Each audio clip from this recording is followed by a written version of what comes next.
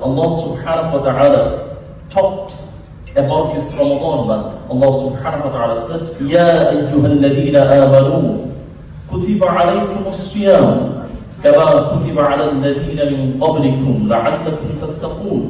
Allah subhanahu wa ta'ala said, O my believers, I made this Ramadan obligatory upon you all, as I made this obligatory for those who before you. Subhanallah.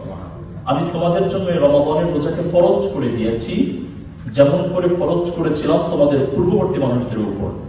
সম্মানিত প্রিয় বন্ধুগণ, আল্লাহ পাক রব্বুল আলামিন যে রমাদানকে আমাদের উপর ফরজ করেছেন, আমরা সেই রমাদান পেয়ে যাচ্ছি, ঠিক কিনা? আমরা এখন সেই রমাদান মাসে আছি। Allah Ta'ala বললেন, I made this Ramadan obligatory for you. It's compulsory. You do not have authority to leave this Ramadan, but you have to fast.